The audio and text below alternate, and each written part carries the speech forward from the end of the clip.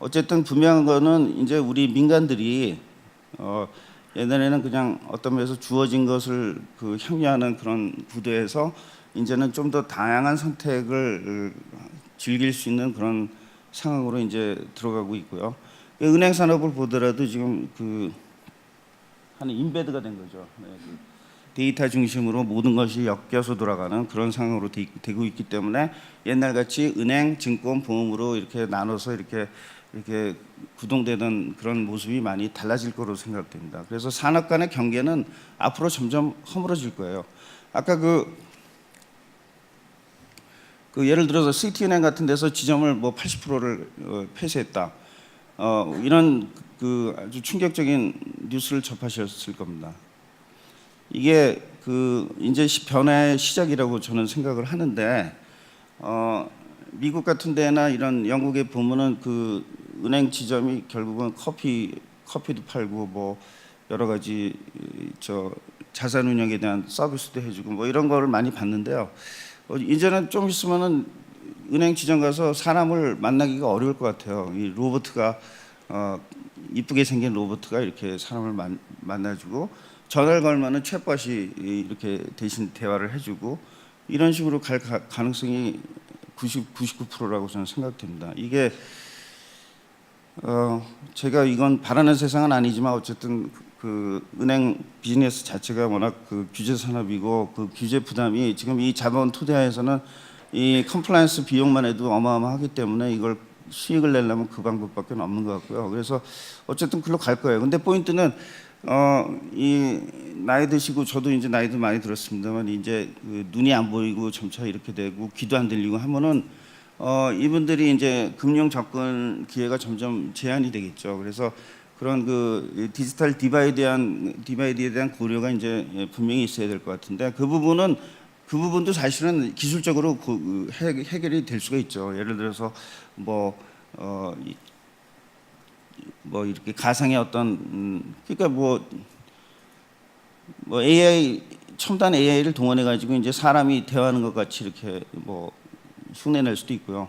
그래서 그다음에 이제 기존의 지점을 폐쇄할 때 어떤 공동 플랫폼을 활용해 가지고 은행들이 그 같이 공동으로 어떤 소외 지역의 어떤 지점을 같이 운영하자 뭐 이런 식으로 컨소시엄 형태로 운영할 수도 있는 것이고 어쨌든 포인트는 지금 기술이 워낙 빠르게 변하기 때문에 그 기술 변화가 사회를 아까 윤정원 이사가 얘기했지만은 사회를 아주 근본적으로 흔들고 있기 때문에 이런 변화에 대해서 취약계층에 대해서는 뭔가 배려가 있어야 돼요. 이게 디지털 문화에 익숙하고 이거를 따라가는 분들한테는 이거보다 신나는 세상이 없겠습니다만은 이거에 접근이 불가능한 부분에 대해서도 똑같이 선택의 폭이 보장이 돼야 된다고 저는 생각을 합니다. 어쨌든 좀 다시 플랫폼 기업으로 가면은 플랫폼 기업은 대표적으로 주장이 이제 아마존인데 아마존이야말로 그 유저 익스피리언스 사용자의 경험을 갖다가 극대화하는 아주 대표적인 기업이라고 생각되고 여기는 진짜 그 이 어버드 포텐셜이 어마어마한 것 같습니다. 아직도 이제 우주여행까지 들어가게 되면은 모르겠어요.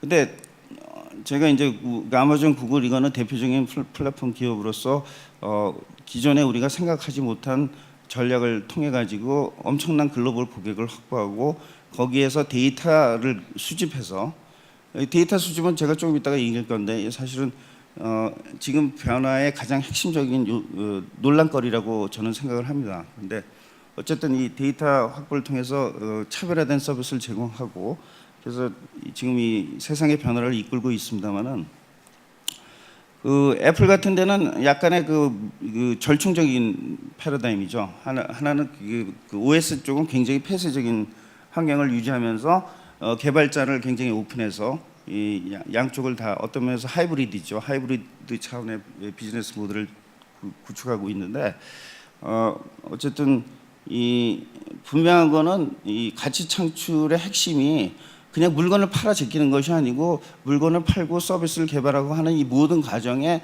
고객들을 다 참여시키는 거예요. 심지어는 경쟁자까지 참여시킵니다. 그러니까 내 플랫폼에 다른 사람이 오는 거 오케이. 그러니까 오픈 플랫폼 전략이죠.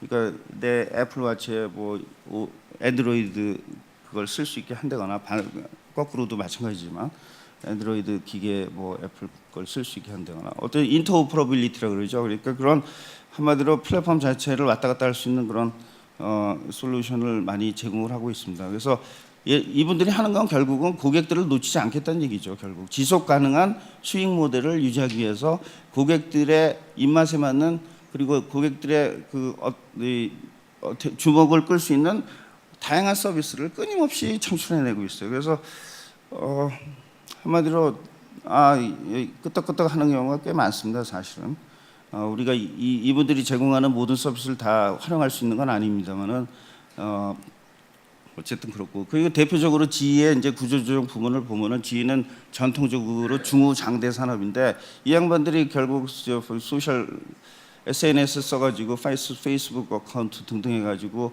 여러 가지 시장의 피드백을 갖다가 엔진 설계에다 반영하고 뭐 이런 식으로 해서 결국은 데이터 인텐시브한 피드백을 이용해서 제품이나 서비스를 엄청나게 효율화시켰습니다. 그래서 이제는 지휘가 데이터 회사인지 제조업 회사인지 잘 모르겠어요. 이게 지금 옛날에 어떤 산업 구분 자체가 지금 사실은 별로 의미가 없습니다. 지금 좀 약간 제 자신이 참 죄송한 얘기인데 전통적인 매크로 이런 부분들에 대해서는 우리가 어떤 기본 가정이라든지 이런 것들이 다 지금 다 말이 안 되는 상황이기 때문에 한마디로 지금 경제학은 마이크로 아이오 쪽에 일부 빼놓고는 상당히 패닉 상황이라고 저는 생각을 하는데 어쨌든 이 대표적으로 하여간 지위가 이런 식으로 변환돼서 아직도 오래된 기업이 이 새로운 분야에서 엄청나게 역할하고 있고 IBM도 마찬가지예요 사실은. 그다음에 또 재밌는 얘기가 이제 사이즈업이라는 조그만 회사인데 얘네들은 데이터 분석을 통해서 중소기업들이 스타트업들이죠. 우리 지금 벤처들 많이 키우는데 얘네들이 지속적인 경영을 할 수 있는 기초 자료를 갖다 제공합니다. 쉽게 얘기해서 데이터 서비스를 제공하는 거죠. 그래서 예를 들어서 어디다가 이발소 치르고 어디다 미용원 만들려고 할 때 거기는 하지 마십시오. 거기는 너무 경쟁이 치열하고 거기서 좀 떨어진 이쪽에 가면은 오히려 수익이 많이 나고 전망도 좋습니다. 이런 거를 데이터 분석을 통해서 실제 그래프로 이렇게 보여줍니다. 그러니까 옛날의 모습, 지금의 모습, 앞으로 미래의 모습. 그래서 거기에는 이 교통량이라든지 그다음에 거기 사는 사람들의 인구 구성이라든지 뭐 소셜 데이터 뭐 모든 공공 데이터는 다 들어가요. 그래서 우리나라처럼 우리나라가 사실은 데이터가 많거든요. 기본 데이터가 엄청 많은데 이것들이 공공 부처라든지 이런 쪽에 이제 오픈 API로 일부 공개는 했습니다만은 실제로 지금 이 중소기업이 이 지역적으로 성장해 나가는데 필요한 중요한 데이터 서비스는 아직 없습니다. 시장에서 이거를 비즈니스화 하려는 분들을 못 봤어요 저는. 왜 몇 분한테 물어보니까 이거 데이터 얻기가 엄청 어렵다. 어디서 절대로 데이터를 공개 안 하고 줄 생각도 전혀 없다. 이런 얘기를 많이 들었습니다. 근데 사실은 이런 거를 공개해서 파일을 키우고 이 양반들이 경제 활동을 자립할 수 있도록 도움을 주면은 그게 결국 자기한테 돌아오는 거거든요. 아까 제가 처음 얘기한 게 연결된 사회에서의 가치 창출은 연관이라고 그랬어요. 인터랙션이라고 그랬고 그 인터랙션이 가능한 게 이제 플랫폼이라고 했는데 우리나라는 이 얘기는 많이 하는데 윗분들이 4차 산업혁명 얘기 엄청 많이 합니다. 뭐 대선 주자들 뭐 그거 갖고 경쟁하는 것 같은데 그게 이루어질 수 있는 기본 토양에 대해서는 알고 있는지 잘 모르겠어요.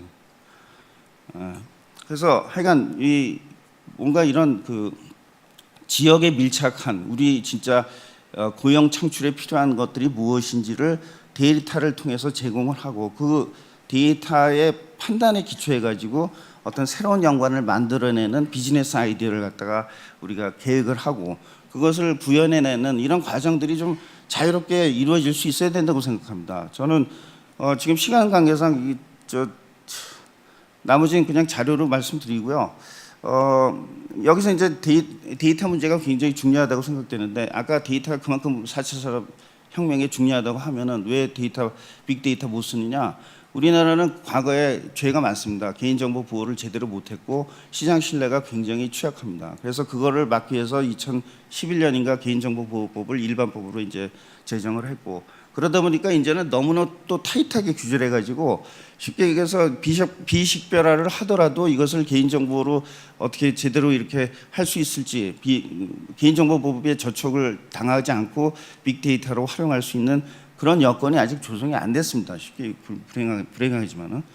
그래서 제가 보기에는, 그리고 이 개인정보나 개인 신용정보나 어떤 위치정보나 이런 것들을 관할하는 부처가 전부 다 달라요. 그래서 이 어떤 곳은 너무나 과도하게 규제가 돼 있고 어떤 곳은 아예 규제가 전혀 안 돼 있습니다. 그래서 다음번에 정권이 이제 출범하면은 진짜로 4차 산업혁명을 원하시면은 그 원재료인 데이터의 활용에 관련돼서 데이터의 활용과 보관과 이걸 만약에 잘못 관리했을 때 어떤 페널티를 줘야 되는지 이런 거에 대한 어떤 합의가 있어야 될 것 같고요.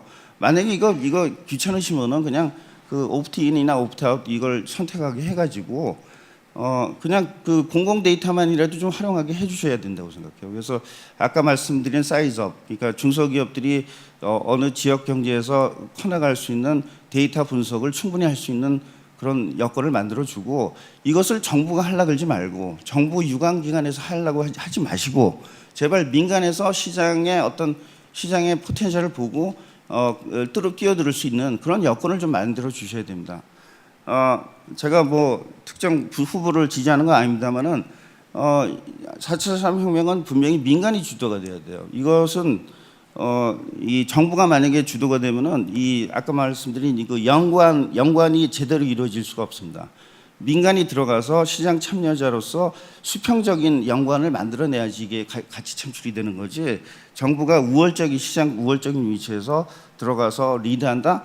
그거는 옛날 얘기입니다. 그래서 그 연관도 좋고 플랫폼도 좋고 빅데이터도 좋은데 모든 것의 기본은 지금 아까 유니콘 기업 보십시오. 전부 다 민간 기업입니다.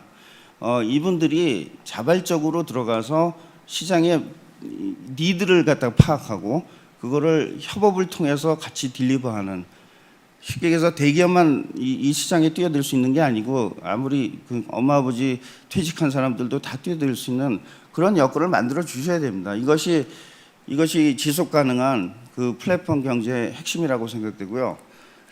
그냥 외국에서 이거 벌어진다고 이걸 그대로 우리나라에 적용할 수 있다고 생각하시는 건 큰 오산입니다. 우리나라는 이 정거장에 가보면 기차가 오는 것과 이 사람 타는 거의 간극이 너무 커요.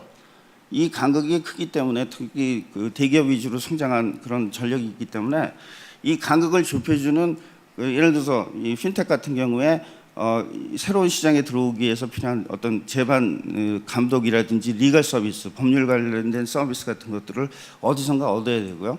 그다음에 컴플라이언스 관련된 서비스도 분명히 있어야 되고, 아까 중소기업 관련된 부분도 어떤 금융 서비스나 이런 것들이 데이터에 기반을 둔 특화된 서비스가 있어야 됩니다. 이런 전제 조건들이 충족이 꼭 되어야지 앞으로 그 가치 창출이 지속적으로 일어날 수 있는 4차 산업혁명의 씨앗을 우리나라에서도 볼 수 있지 않을까, 그렇게 생각합니다. 이상입니다.